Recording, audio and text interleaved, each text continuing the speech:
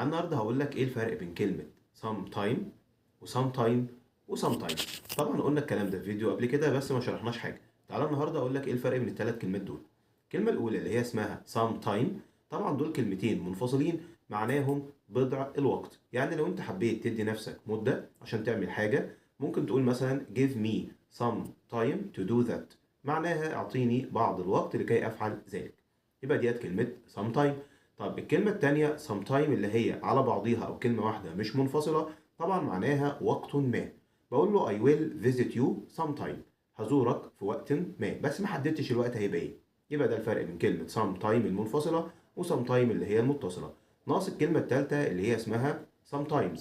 وطبعا كلمة sometimes دي بقول عليها ان هي ظرف من ظروف التكرار، او ممكن نقول عليها كلمة من الكلمات اللي ممكن تدل على العادات او التكرار في المضارع البسيط، ولها أكتر من مكان. ممكن أجيبها في أول الجملة وأقول sometime I visit my uncle، اللي هي معناها أحيانا أنا أزور عمي.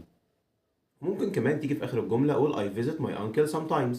وممكن كمان أجيبها قبل الفعل مباشرة أو بعد الفعل، ممكن أقول I sometimes visit my uncle.